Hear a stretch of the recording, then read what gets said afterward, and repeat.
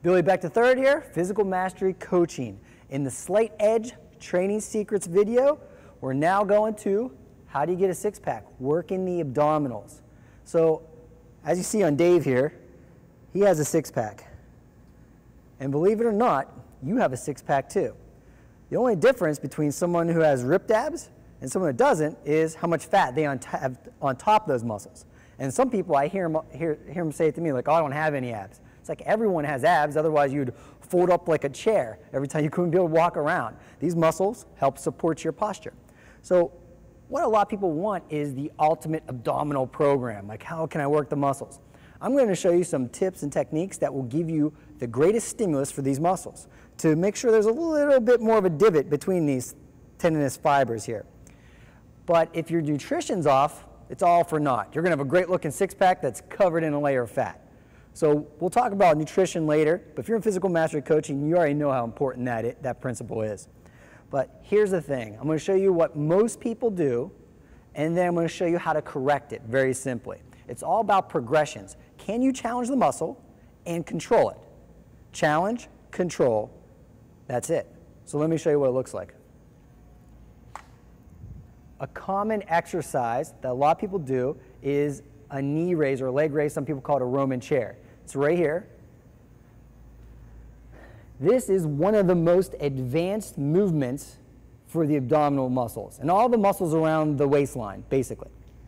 So what people do is they do this. And you're probably saying, hey, looks pretty good. Here's the thing. There's a lot of momentum there, and there's a lot of room for air. Momentum means the muscle isn't under tension as much as it could be. So let me show you what the abdominals do. Just stay right there. I'm going to turn this side. The abdominals perform a spinal flexion. That to that. And you'll notice that it actually goes a little bit further back than if I had good posture. That's spinal flexion.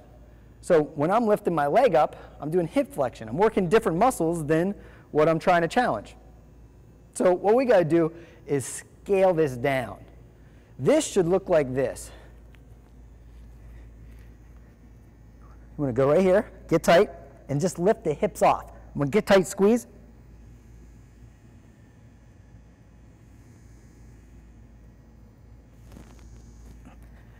And I know I make funny faces, but I'm really concentrating. And that's part of it. People train mindlessly.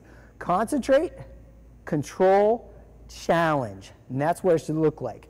So next, this is going to be too hard for 90% of the people that train. What we want to do is we want to take it to, we can take it one step down, and we can change the degree. The higher up this is, the more challenging it is. The more it is parallel to the floor, the easier it is. So this is, you know, kind of easy compared to, it's way easier than that one. And again, what we're going to do, grab onto the bench, lock it in, legs up, tight. Only thing that moves is your spine. Abs are tight. I'm coming up and then back down. Small movement. I'm squeezing the abs. I'm not resting. Back up. Back down. And say that's too hard. Same thing, just do it on the floor. And this is where most people should start. And a lot of times people should just try to hold the position until they can gain the strength. Abs are tight, whole time. Biggest mistake, people do too much for the abs and they don't do enough for their nutrition and they don't do enough of the right type of cardio.